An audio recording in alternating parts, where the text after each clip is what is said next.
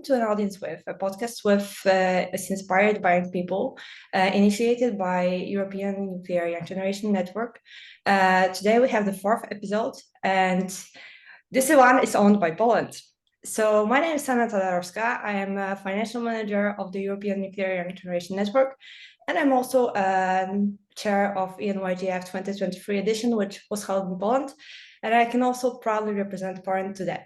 Today with me, we have one of the greatest mentors I can imagine in Poland. One of the guys who inspired a lot of people to join the nuclear industry, especially me, I can tell. He also learned it right now, so he might sound surprised, but trust me, this is one of the greatest guy I can introduce you from Poland to, and I'm very happy to see you, Adam, today. Welcome.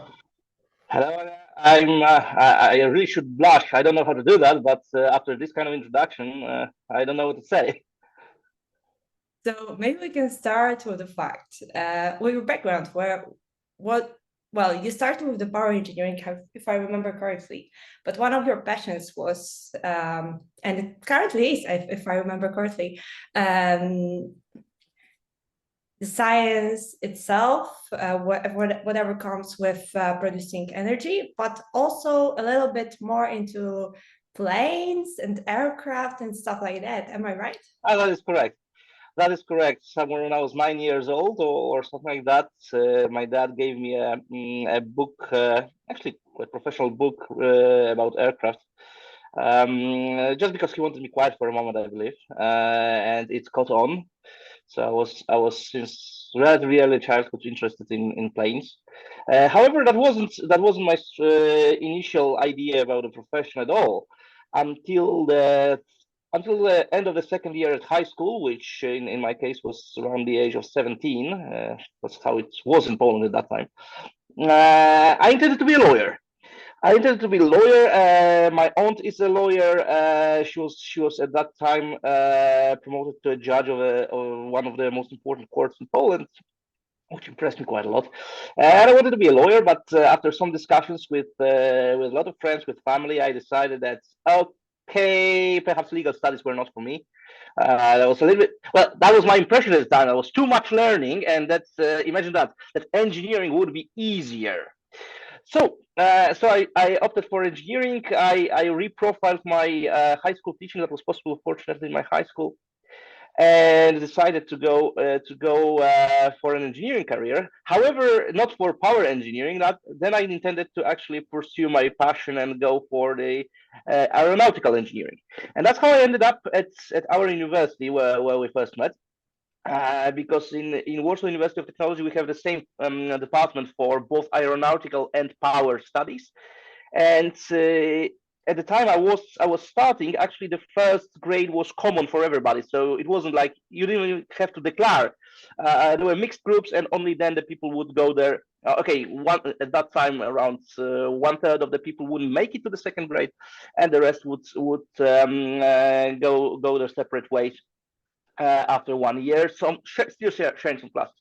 So I intended to become an aerospace engineer, and that resolve continued for half a year. And well, there were two things which changed my mind. One, there was actually one professor who was giving us a lecture in environmental protection of all things, but he was focusing that quite heavily on power engineering, and he was telling us a lot of very interesting things I had little idea about. And then there were two things which changed my mind. One was that I said to myself, okay, Adam, you know quite a lot about aviation, down to some nuts and bolts level.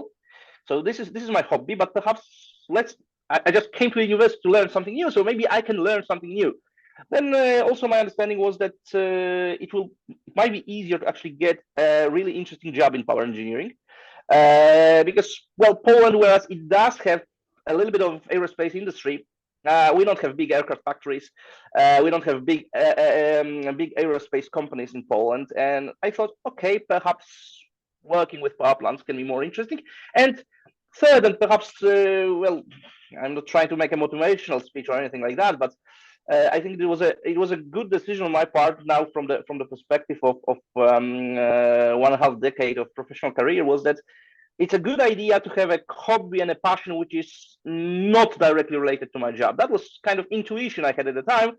It has proven, I believe, to be correct. So I am still very much interested in planes. I like to fly them. I like to observe them. I like to play flight simulators on my computer. However, I do something else for a living. I enjoy that quite a lot as well. But then I can close the shop in the afternoon, most of the days, and go home and do something else, which is also interesting.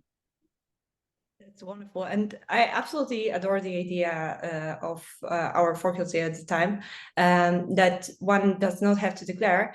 I was the year that actually had to declare, but I managed to convince our dean that it's a good idea to switch from aircraft to power engineering. So we have similar path in this case. But okay, we have the part of the story which well made you go to the power engineering. What about the nuclear one? Well, I know that for a while you worked for the power engineering industry. You decided to work full-time professionally for the nuclear industry. Well, I believe a year ago or something like that. Am I right? Yeah, well, that was quite a way. When I was starting my power engineering education, it wasn't possible to study nuclear power engineering directly. It was all I always found it interesting, scientifically interesting and technically intriguing. I went to the first nuclear power plant in 2005, I believe, or no, maybe or 2006, something like that. That was a trip from some student association at our university, and it instantly caught my interest. It was really exciting. Uh, However, the prospects. Okay, there were prospects. Everybody was starting to talk in this mid 2000s, first decade, that yeah, there will be a nuclear renaissance, and not only in Poland. So yeah, I found it interesting. I tried to learn as much as possible about it, mostly on my own because there were not many courses, because there were not many specialists. So those courses which I could take, I did. Although it wasn't possible to formally get myself educated as nuclear power engineer, something you already had an opportunity to do a couple of years later.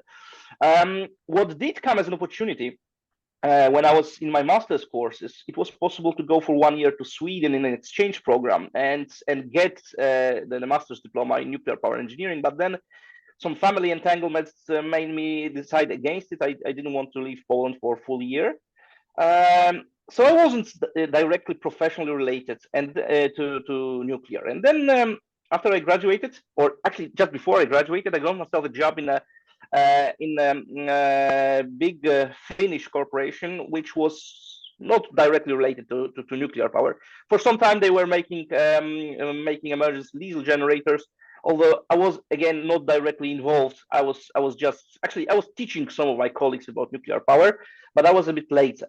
So I did not relate my professional career initially to nuclear power. However, I also nearly instantly started to work at the university. So I was in parallel working for the industry.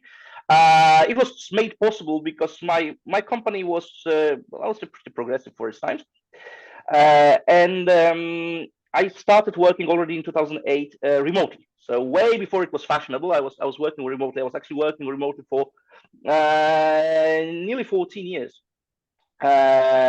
So it was possible to combine that with work at the university. And at the university, I actually I fell into orbit of some nuclear teams. In that process, I went for some training courses at Oregon State University. It wasn't long; it was just 1 month, but everybody was excited. We had first specific nuclear power plants announced by the government, and I actually started encouraging some of my students. Yeah, this is something interesting to do. Perhaps it's too late for me, but you might as well choose this path. There will be probably good, well-paid, good, interesting jobs in it. So go for it.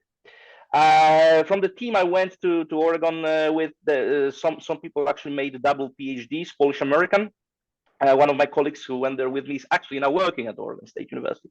However, then there were first trouble. Actually, it was exactly when I was in the States when Fukushima happened, and with all the obvious ramifications for the nuclear industry all over the world.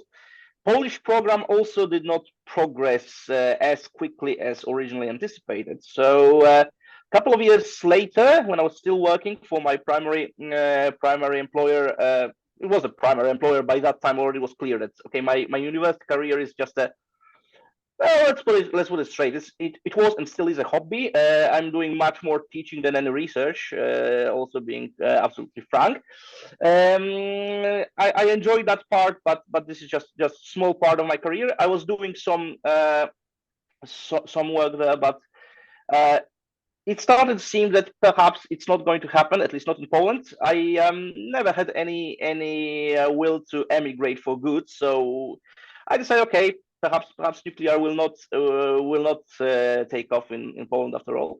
It even came to that I actually apologized over a beer to some of my ex-students, saying that okay, I encourage you to follow this path, telling you some nice things like how great your careers will be, and now it turned out it's not happening.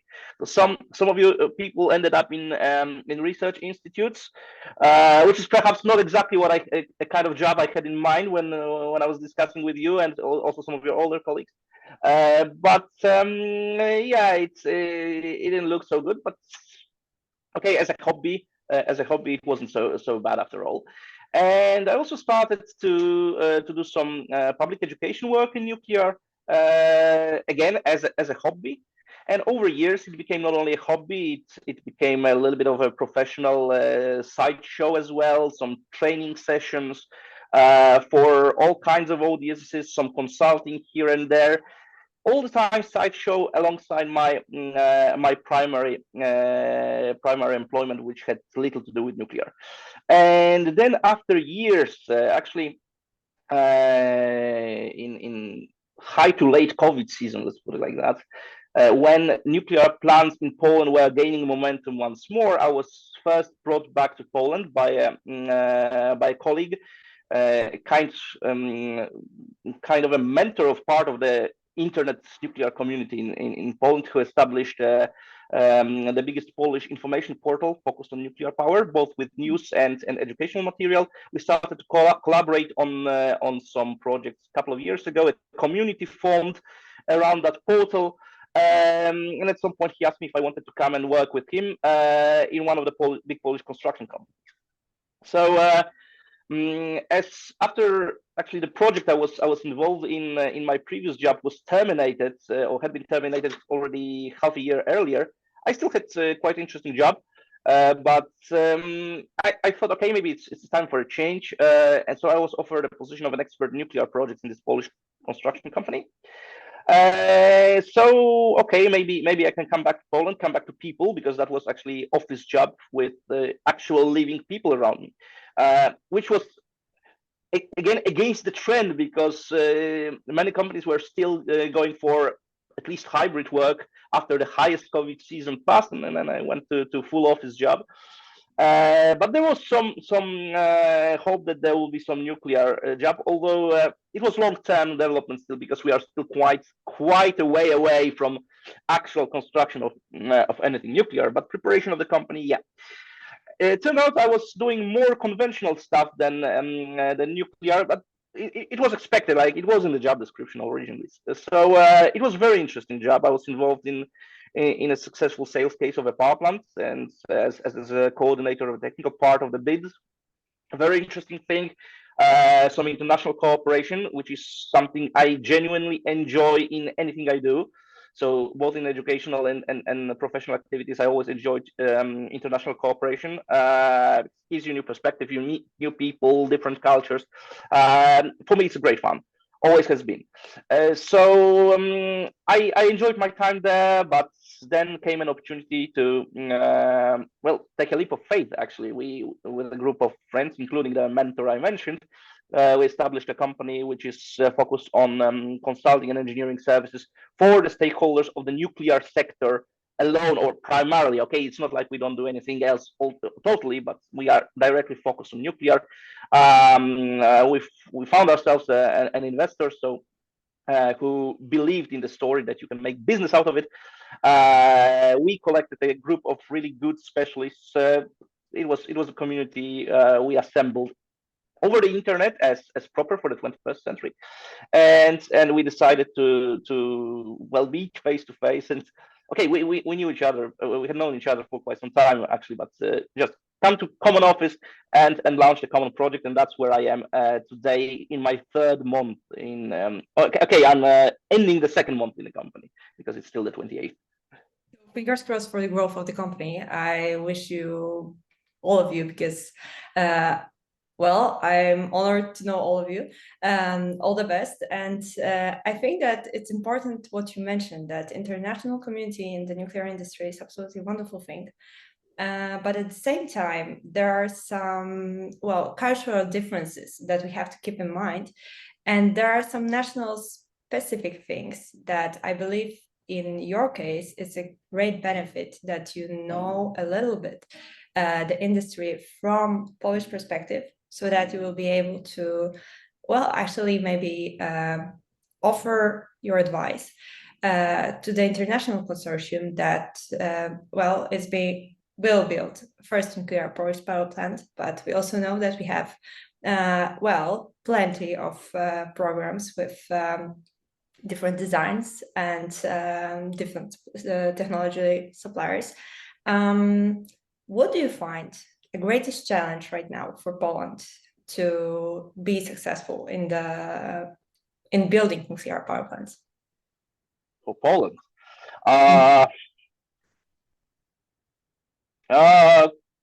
okay, I think that the greatest challenge for Poland as country is actually well, strategic planning. Still, as I already said, Polish nuclear program, even in its current guise, has a long history. Has been first time mentioned or announced by the government somewhere around 2009, if memory serves. Then put on paper a couple of years later, and then not really vigorously pursued. Then updated a few years back, and now we suddenly have an explosion of nuclear projects from different stakeholders, and they are not really coordinated against each other. So we have the really leading program carried out by the government and government-owned investor, which is at least a few years ahead of anyone else, because it has all the field studies completed, environmental studies completed, and actually environmental decision issued and site permit or site license issued. So they are really ahead, even though many people don't realize it. That's another challenge. Maybe I will mention later, because there was quite a lot of paper being pushed here and there, and it doesn't look very impressive to general public, but it's actually extremely important in development of a major industrial project of any kind, and of a nuclear project in particular. So, but we have quite a lot of other ideas and other investors. If you add up all those projects, you will end up with the capacity numbers, which, well, Poland is not that big a country to accommodate all these projects in terms of sheer power. And then the additional challenge, which may become problematic, is that to develop nuclear projects, you need quite a lot of skilled people. And as a country which has little nuclear history, only well, terminated a project which was terminated in the early 1990s. So most of the people involved in that have already retired. Then we have a decent research reactor, but that only created a limited group of people who have something to do with nuclear technologies. And then it's not exactly the same set of competences you need for a research reactor and a power reactor or power plant, nuclear power plant. So we are creating expert competences. Well, not exactly from zero, because we have quite a lot of competences in conventional power engineering, and they are not all that different. Still, we have to upgrade them to the nuclear level, so to speak.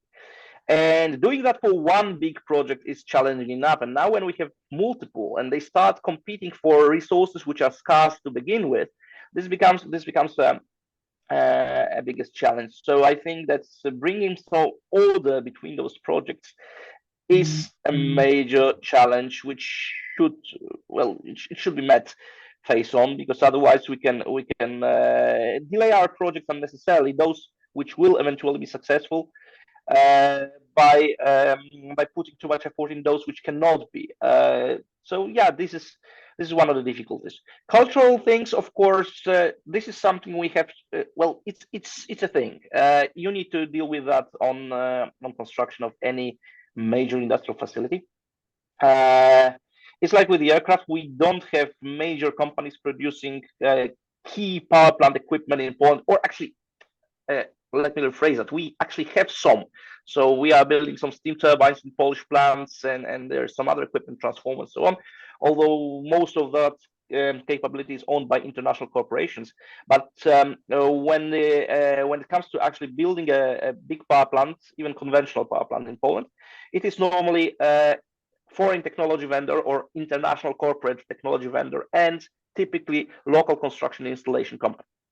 So you need to mate two organizations, one of which is typically Polish, one of which is fully international, typically based abroad, in Germany, United States, Japan.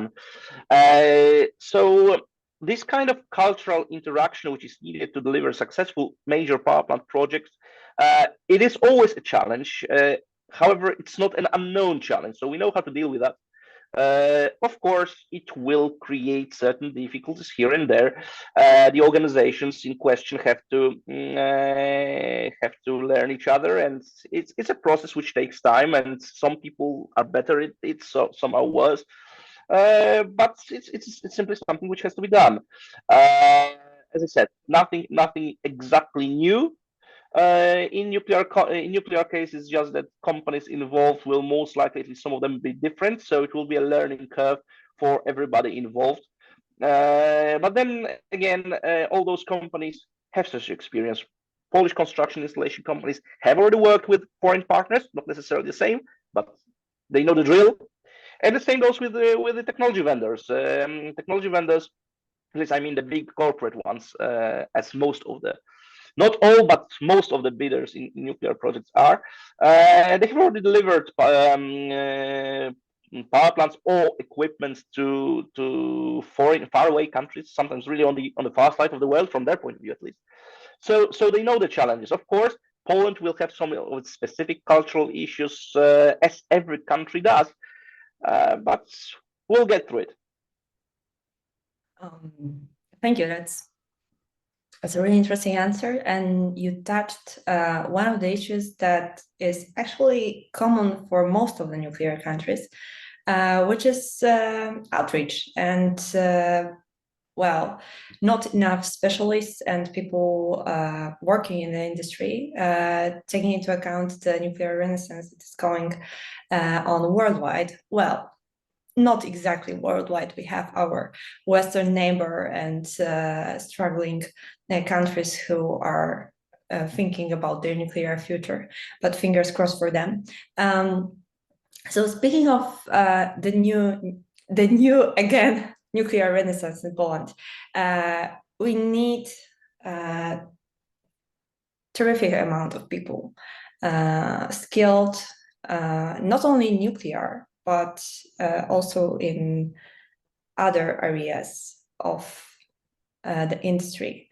That we probably should convince that nuclear industry is the one that is an interesting to join. What would you suggest for a young person in the beginning of, well, before making such a big choice? Would you suggest to enter the nuclear industry, and what is the biggest advantage of it in a long perspective? The biggest, I will start from the from your end question. In a long perspective, the best thing about working for a nuclear sector is the long perspective it gives you. Nuclear power is a commitment, long-term commitment for a country, for an investor, for the technology vendor. Even without the delays, which are the common trouble of modern nuclear projects, it's a fact. Those things do not happen quickly. Nothing in, actually, Contrary to some popular belief, nothing in the power industry on big scale can happen quickly.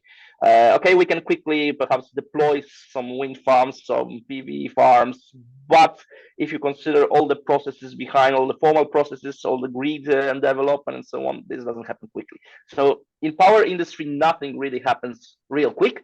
But nuclear is even more special. Processes take longer. It's because of all the quality and safety requirements that everything needs to be triple checked and so on. It takes a bit longer, and also thanks to the features of the technology, the operation of the plant takes much longer than of any other. Well, maybe with the exception of hydro.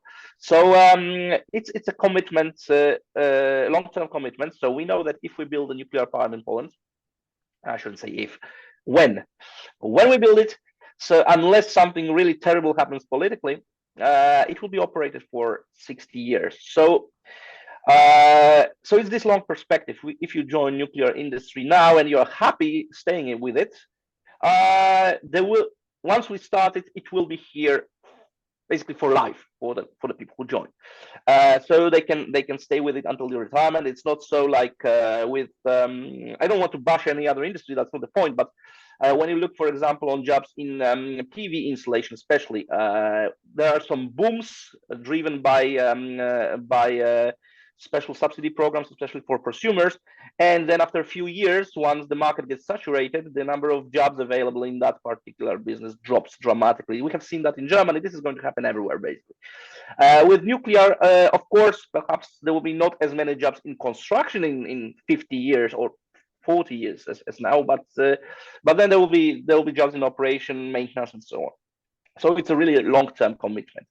But as for choosing, then I might say something a little bit controversial. I would say, actually, you do not have to choose at early stage of your career at all, because a little bit contrary to belief which seems to be formed by parts of this discussion about nuclear competences. It's not like we need some special kind of people to work in nuclear.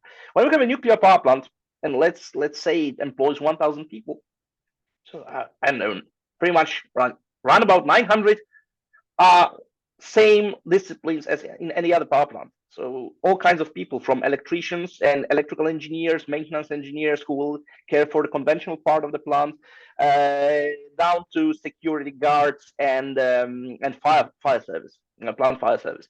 So of course, those people will have to have some special training with the safety culture and so on. But this isn't something you need to do when you choose your career at the beginning of the university. This is something you will get on the job or when you are getting prepared for the job. Then there is, of course, certain group of purely nuclear experts is actually very, very small. Those who really focus on nuclear also need to know something about other types of engineering. So it's always, for example, nearly always, unless you design the reactors, you need to be a nuclear engineer, but somewhere in the background you need to have knowledge in mechanical engineering or electrical engineering or something like that. So of course, at some point you do make a choice to go nuclear, but many of the people who do that choice had not necessarily been trained to be nuclear engineers from the beginning of their careers. And in most cases, this will be so. Same with construction. Most of the people who work at a construction site will come there from a construction site of a different, for example, gas-fired power plant, and then we'll move over to build who knows what. So of course there will be certain things in management, especially, that will require special competences, and yeah, those people will. It will be best if they have some specialized training.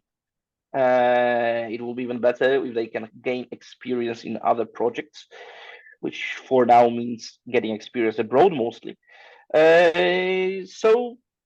I don't think we'll have such a huge problem because we will not have enough nuclear scientists as such.